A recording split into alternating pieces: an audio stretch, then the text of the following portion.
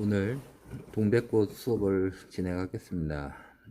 동백꽃 작가인 김유정, 농촌 실상을 해학적으로 주로 표현한 작품을 주로 썼고, 주요 작품에 여러분이 중간고사에 시험 보게 될 봄봄, 금따는 봄바, 만무방 등을 주요 작품으로 볼 수 있습니다. 주제는 사춘기 시골 남녀의 순박한 사랑의 감정을 다루고 있고요. 시점은 당연히 1인칭 주인공 시점입니다. 특히 나로 대변되는 농촌 총각 모습이 아주 순박하고 어리숙한 모습을 볼 수가 있겠습니다. 성격상 향토적, 해학적이라는 단어가 등장을 하는데, 향토적이라는 건 말 그대로 시골 냄새 난다는 느낌이고, 해학적은 기존 수업에서도 말씀드렸듯이 웃음을 유발하는 다소 과장된 표현 등이 등장하거나 할 때 해박한 표현, 해학적 표현이라고 얘기를 드렸습니다. 구성 방식상에서 역순행적 구성 방식을 취한다 그러면 당연히 순행적 구성이라면 과거, 현재, 미래 단계로 가겠지만, 이 작품 같은 경우는 현재, 과거, 현재 형태의 역순행적 구성 방식을 취하고 있습니다. 강원도 사투리 사용 효과인데, 이 토속적 분위기를 형성하고 생동감을 높이는 부분도 있고, 더불어 작품에 있어서 사실성을 부여하는 수단이 되기도 합니다. 발단 부분부터 시작해 보겠습니다. 오늘도 나의 숱하게 쪼이었다. 점순이가 힘센 자기네 닭과 또 싸움을 붙여놓은 것이다. 소장농 아들인 나는 마름의 딸인 점순이의 수탉을 차마 후려치지는 못하고 헛매질로 떼어놓기만 한다. 나는 점순이가 왜 나를 괴롭히는지 도무지 알 수가 없다. 이 부분만 보더라도 나의 신분이 지금 소장농의 아들이고, 그에 반해서 점순이는 마름의 딸이라는 거. 그러면 기본적으로 땅 주인이 있고 중간 관리인인 마름의 딸인 점순이가 그에 비해서 나의 처지는 건 소장농의 아들이기 때문에 상대적으로 함부로 할 수 없는 거죠. 여러분 요즘 흔히 하는 얘기로 갑질 아닌 갑질로 느낄 수도 있겠습니다. 나흘 전 감자 쪽감만 하더라도, 자, 나흘 전이라고 제시가 되어 있어요. 나흘 전이라는 거 이미 4일 전, 3일 전 이러고 얘기를 하죠. 그러면 과거 회상이란 걸 알 수가 있겠네요. 나는 저에게 조금도 잘못한 것은 없다. 계집애가 나무를 캐며 가면 갔지. 남 울타리 엮는데 생이질 하는 게 다 뭐냐. 생이질 뭐라고 나왔어요? 한참 바쁜데 쓸데없는 일로 남을 귀찮게 하고 괴롭히는 일을 생이질이라고 하죠.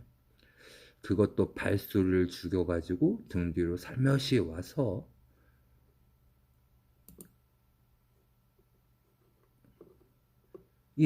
너 혼자만 일하니 하고 중요치 않은 수작을 하는 것이다.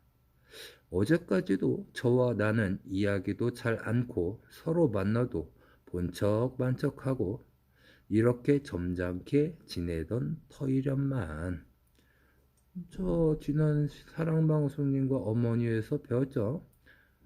서로 남녀가 잘 마주하지도 않고 본척만척한 거 우리 내외한다고 배웠었습니다. 시대적 배경을 엿볼 수도 있는 부분이겠죠. 1930년대 작품입니다. 오늘도 갑작스레 대견해졌으면 웬일인가. 항차 하물며 망하지만한 계집애가 남 일하는 놈 보고, 그럼 혼자 하지 때로 하디 내가 이렇게 내배는 소리 하니까 너 일하기 좋니? 또는 한여름이나 되거든 하지 벌써 울타리를 하니 잔소리를 들어뒀다가 남이 들을까봐 손으로 입을 틀어막고는 그 속에서 깔깔댄다. 별로 웃을 것도 없는데 날씨가 풀리더니 이놈의 계집애가 미쳤나 보다 하고 의심하였다. 여러분 간혹 수업 시간에 여러분들이 별로 웃을 것도 없는데 까르르 대드는 경우가 있어요. 그때 드는 생각과 주인공인 나의 생각이 크게 다르지 않다는 걸 확인할 수 있겠습니다. 게다가 조금 뒤에는 제 집게를 할금 돌아보더니 행주치마 손으로 바뀌었던 바른 손을 뽑아서 오른손 뽑아서 나의 턱 밑으로 불쑥 내미는 것이다. 언제 구웠는지 아직도 더운 김이 획 끼치는 굵은 감자 3개가 손에 부듯이 쥐었다. 굵은 감자 3개 왜 줬을까요 도대체? 점순이는 말은 퉁퉁 하면서 내외하는 것 같고 굳이 얘는 나만 보면 별로 웃을 것도 없는데 까르르 웃어대고 그거에 대해서 나는 어리숙하게 생각하고 있으니까 이 계집애가 미쳤나 보다 하고 의심하는 상황이에요. 그 와중에 점순이의 적극적인 모습이 보이는 거죠. 굵은 감자 3개 그것도 더운 김이 모락모락 확 끼치는 손에 뿌듯이 쥐었다 라고 했어요. 자, 굵은 감자 3개 결국엔 뭘까요? 나에 대한 점순이의 관심과 호감을 드러내는 소재라고 할 수 있겠죠. 여기까지는 좋았는데 너 집엔 이건 없지 하고 생색 있는 큰 소리를 하고는 제 것을 준 것을 남이 알면 큰일 날 테니 여기서 얼른 먹어버리란다. 그리고는 또 하는 소리가 너 봄감자가 맛있단다. 그랬더니 내가 하는 대사가 난 감자 안 먹는다. 너나 먹어라. 왜 굳이 너 나 감자 안 먹는다. 너나 먹어라. 이랬을까요? 맨 앞에 나의 첫 번째 문장 대사를 보면 알 수가 있네요. 너 집엔 이거 없지 라고 하면서 생색 있는 큰 소리를 합니다. 제가 준 거 알면 남이 알면 큰일 날까봐 여기서 얼른 먹어버리라고 합니다. 자, 그러면 앞에서 신분이 굳이 신분이라고 하자면 점순이는 마름의 딸이고 나는 소장농의 아들입니다. 그래서 내가 느꼈을 때는 어떻게 느꼈을까요? 우리 집에, 너 집에 감자도 없어? 라고 느낄 수도 있었겠죠. 그래서 난 감자 안 먹는다. 너나 먹어라 하고 퉁 하고 내뱉는 소리를 하게 됩니다. 자, 결국에 점순이의 호의를 거절하는 게 되겠지요. 나는 고개도 돌리지 않고 일하던 손으로 그 감자를 도로 어깨 너머로 쑥 밀어버렸다. 점순이가 이걸 나는 호의 사랑해서 얘한테 관심 있어서 애정을 가지고 따끈따끈한 모락모락 김나는 감자를 줬는데 이 녀석이 감자를 어깨너머로 쑥 밀어내버립니다. 호의를 거절하죠. 점순이는 자신의 사랑을 거부당한 게 되는 거죠. 그러다 보니까 점순이가 이후에 나를 무진장 괴롭히는 계기가 되겠지요.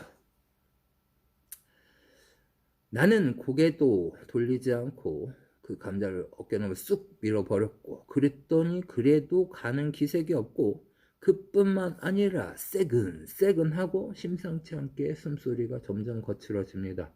이건 또 뭐야 싶어서 그때야 비로소 돌아다 보니 나는 참으로 놀랐다. 우리가 이 동네에 들어온 게 근 3년째 되어 오지만 나의 가족은 이 동네에 들어온 지 3년 정도 타지에서 이곳으로 외지에서 이곳으로 들어왔다는 걸 알 수가 있네요. 여지껏 까무잡잡한 점순이의 얼굴이 이렇게까지 홍당무처럼 새빨개진 법이 없었다. 게다가 눈에 독을 올리고 한참 나를 이렇게 쏘아 보더니 나중에는 눈물까지 어리는 것이 아니냐. 그리고 바구니를 다시 집어들더니 이를 꼭 악물고는 엎어질 듯 자빠질 듯 눈등으로 횡하게 달아나는 것입니다. 호의를 무시당하고 상의를 무시당한 점순이의 행동이 보여요. 어떻게 하고 있어요? 눈에 독을 올리고 나를 쏘아봅니다. 두 번째, 눈물까지 팽 돌아서 어른어른 눈가에 맺혀 있습니다. 세 번째, 이를 꼭 악물고 엎어질 듯 자빠질 듯 농뚱으로 허행하게 달아나 버립니다. 정말 성의 무시를 한 나 때문에 점순이가 단단히도 화가 났음을 알 수가 있습니다.